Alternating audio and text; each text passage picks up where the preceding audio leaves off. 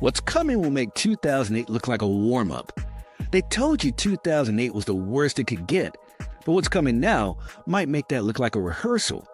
Because underneath the headlines, the economic system is showing cracks that are deeper, wider, and more global than anything we've seen in our lifetime. And almost no one is prepared. This isn't just a housing bubble. It's not just inflation. It's not even just debt. It's everything stacked. And it's all being held together by belief and band-aids. To understand what's coming, we have to go back to 2008. Not just to remember what happened, but to understand what didn't get fixed. In 2008, the global financial system nearly collapsed because of over-leveraged banks, toxic mortgage-backed securities, and cascading counterparty risk. But what saved it wasn't reform. It was a bailout. Trillions of dollars were printed. Interest rates were slashed to zero. And the economy was kept alive, not by strength, but by support. For the next 15 years, we lived in an artificial world. A world where debt didn't matter, money was free, and risk was papered over. But now the bill is coming due, and this time the support isn't there. Interest rates are no longer near zero. Global debt has exploded. Commercial real estate is teetering. And the derivatives market? It's bigger than ever, estimated at over $610 trillion in notional value, with a gross market value of around $12.6 trillion, according to the Bank for International Settlements. That's not a typo. So what's the trigger? What's the first domino? Let's talk about credit. Right now, defaults are quietly rising in auto loans, credit cards, and small business debt.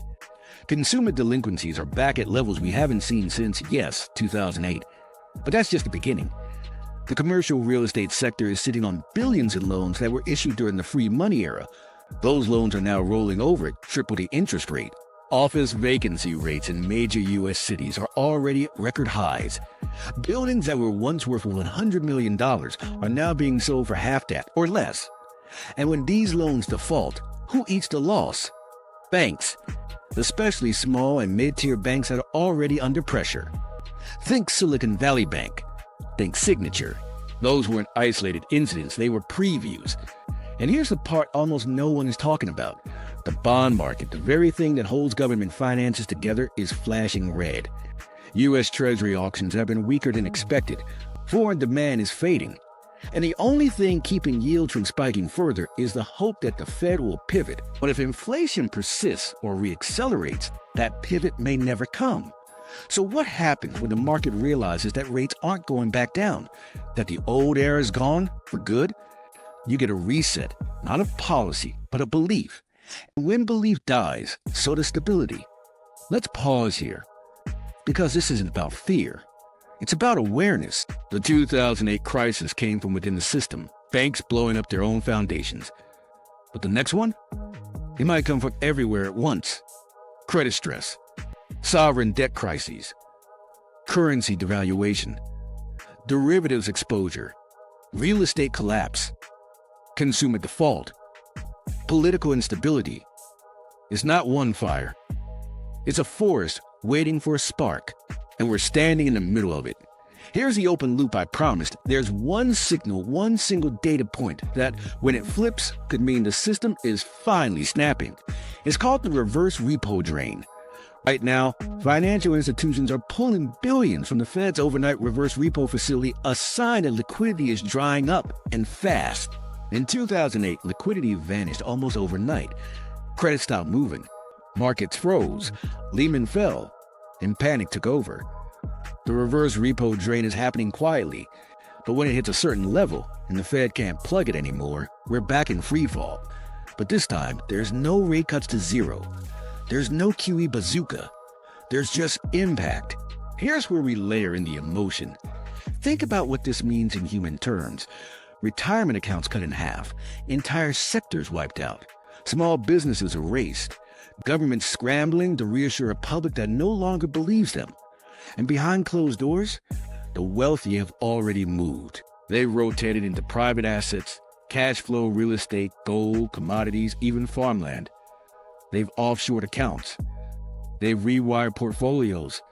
They've quietly stepped out of the blast zone. But the public? Still watching Netflix. Still hoping everything works out. Still believing that what happened before can't happen again. Let me ask you this. What happens when a system designed for leverage hits a wall of reality? What happens when an economy built on infinite debt realizes there's no more runway? What happens when belief is no longer enough? Because the truth is, this isn't fear-mongering, it's pattern recognition. Every major crash in history was obvious after it happened. Everyone says we should have seen it coming, but the warnings are always there. Always. The question is, do you act before the impact or after? Wealth isn't about being optimistic or pessimistic. It's about being aware, knowing what's coming, seeing the signs, and positioning yourself before the crowd wakes up. So what can you do now? Start by getting honest. Look at where your money is exposed. Look at what you actually own.